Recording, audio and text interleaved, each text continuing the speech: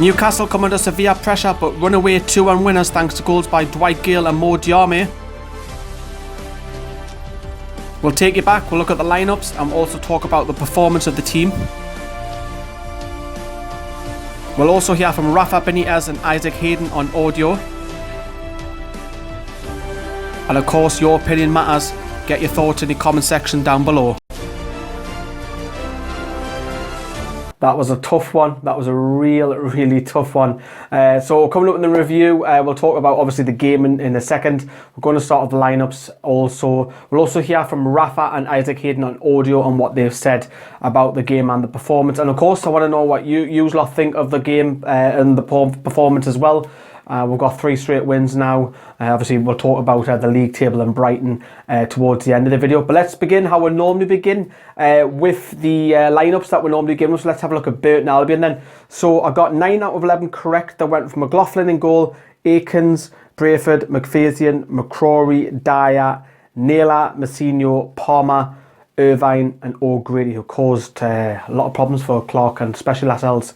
Looking at Newcastle's lineup, I got 10 out of 11. The only man who I didn't get right was Yedlin. So Darlow goal, Yedlin at right back, Lascelles and Clark the 2 centre backs, Dummett at left back, Atsu on the right hand side starting. He switched Ritchie to the left, Rafa, and then Hayden is the sitting, Shelvey in the middle, and Diame and Gayle a man on fire up top on his own.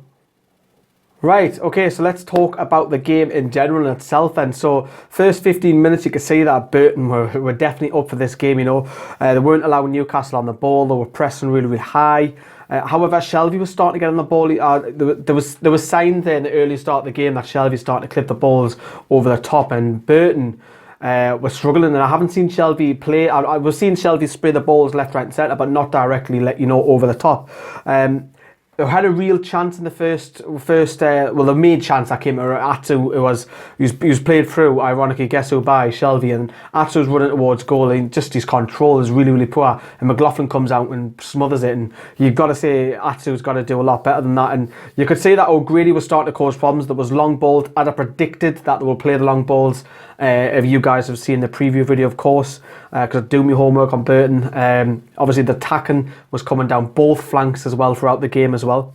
So that man got in front, Dwight, Gayle, yeah. So it was Shelvey, that man had to be. He plays that out with Ritchie, who escapes the challenge and then whips it in low, and Gayle does this little flick. I'm not sure if it took a deflection. I think it did, because I've only had two scenes of it on the replay, two goes at it on replay, but we're literally 1-0 up, we're cruising, and then it didn't actually take Burton long to actually retaliate. It was about the 21st minute, around about 5-6 minutes later, Newcastle's defending, and you could say that the 2 centre-backs, but in particular, you would have to point at Yedlin for this goal that was conceded. I like Yedlin, don't get me wrong, but he's kind of left it go past him, and he should be clearing. Whether he's had a shout behind him from Atsu or not, clear your lines. And then Lloyd Dyer, that man who I predicted who would be a threat on that left flank, because he'd be up and down. I know he's old, but he's still nippy at 33, 34, you know. And he taps home. And still O'Grady, Burton having a lot of the ball. O'Grady was causing massive problems with his aerial threat, you know. Seeing a lot of the action as well. And then obviously putting under a lot of pressure. And Newcastle just need to see it out because of the bombing down the flanks. And well, looked really threatening on the counter with Shelvey playing in Atsu and Gayle on the counter as well. And then we scored. This literally, it was about 10 minutes before half time, maybe a bit longer than that. Where Diame was on fire at the minute, and he's played in, and then he spins off his man and he just holds him off, kind of like the goal against Wigan, and then spins off and then places the bottom corner. It was a beautiful goal by self-made. Diame is on fire now. You don't want him to go to the African Cup of Nations at the moment, don't you?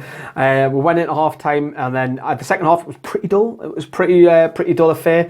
It was kind of like, I wouldn't say an onslaught, but Newcastle were just waiting for the counter. I was surprised that Rafa didn't shore it up a lot more earlier, bringing on subs, but he held out, you know. And then the only really chance that we really had, that Gayle had fired wide, and then Burton had the 2 major chances towards the end where Darlow flaps, and he was kind of like a Matt Sells moment, and then he dropped the ball, like, oh shit, where's it? And then he looked, he caught it, and I think, oh, luckily we got away with that one. And then towards the next couple of minutes of stoppage time from a corner, One of the centre backs, I can't remember who it was, it pings it in, it kind of like just missed off the top end of the post on the side, and Newcastle got away.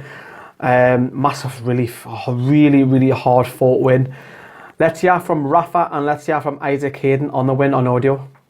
Rafa, was that every bit as tough as you were expecting? Yeah, we said before that would be different to the weekend game, more physical. Still the pitch wasn't the best, and then you play direct football, long ball, second balls, so you have to fight for them. You have to be sure that you can regain the second balls and try to do something in counter-attack. I think we did well what we wanted to do, but after we put ourselves under pressure with some mistakes, but still a good performance against. I think that was pushing, and we did what we have to do, is to get 3 points and show character and the team spirit that you are looking for. Isaac, well played today. Your initial thoughts after another win? Well, I mean, there's a lot of ways to play football, and today was a very different day. Wasn't so much the passing, free flow movement that we're used to, but there's a lot of styles, as I said, and today we adapted to a new style. You were expecting a battle, I imagine, before the game. You certainly got one, didn't you? Yeah, I mean, it's a tight pitch here. The fans are really close to you, and it almost had a sort of FA Cup atmosphere about it. But I mean, we rose to the challenge well. I thought we defended quite well as a group. Obviously, they are going to have a few chances, obviously putting a lot of balls in the box and second balls and things like that. But I thought that we dealt with it really well over the 90 minutes. So Rafa and Isaac Hayden are chatting about the long ball tactics, the second balls, which as I've already touched upon, that we knew that was going to happen.